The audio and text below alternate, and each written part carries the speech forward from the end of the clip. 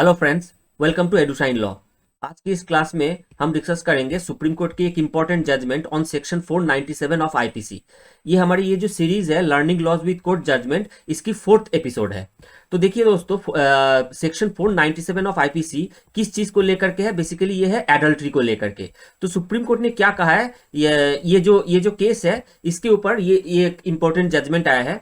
इसमें supreme court ये कहता है कि आर्म फोर्सेस के ऊपर जो सेक्शन 497 की जो प्रोविजंस है उसको अप्लाई नहीं किया जाएगा या इफेक्ट उसका नहीं होगा। अब देखिए, इसके ऊपर मेनली तीन तीन इशू यहाँ पे उभर के आया है। सबसे पहले तो ये बात हुई कि section 497 which is about adultery.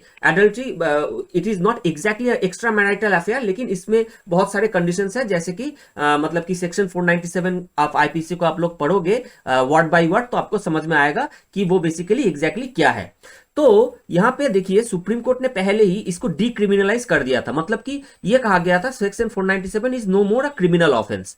लेकिन अब इसके साथ जो दूसरी जो इशू इसके ऊपर के उभर के आया वो ये है कि क्या सेक्शन 497 आर्म फोर्सेस के ऊपर जब मार्शल कोर्ट में जब केस चलता है तो क्या उसके ऊपर उसका इफेक्ट रहता है?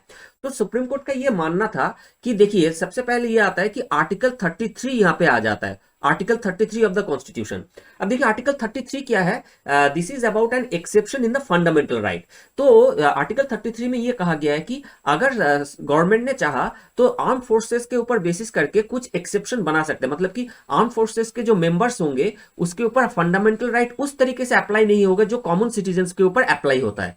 तो जब सेक्शन 497 को डिक्रिमिनलाइज किया गया था उस टाइम पे फंडामेंटल राइट के बेसिस पे, क्योंकि ये वायलेट कर रहा था कुछ आर्टिकल्स को, इसलिए डिक्रिमिनलाइज किया गया था। लेकिन जब constitution when the constitution is authorizing the government to make exceptions for the armed forces, तो यहाँ पे ये कहा जा सकता है कि वो चीज आर्म फोर्सेस के ऊपर अप्लाई नहीं भी किया जा सकता।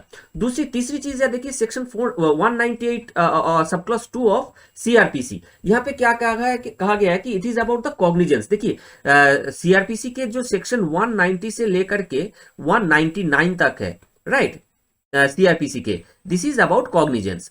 तो section 198 of CrPC, this is about cognizance on marital disputes.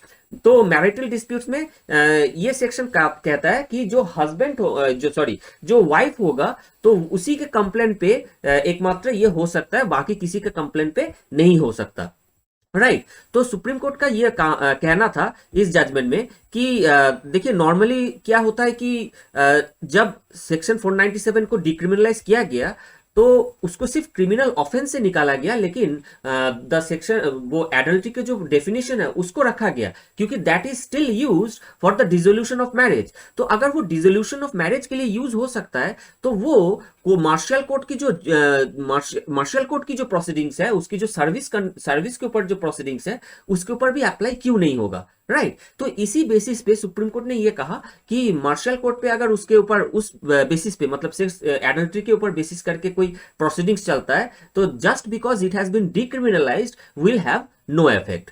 तो that is all for this video. See you in the next video. Thank you.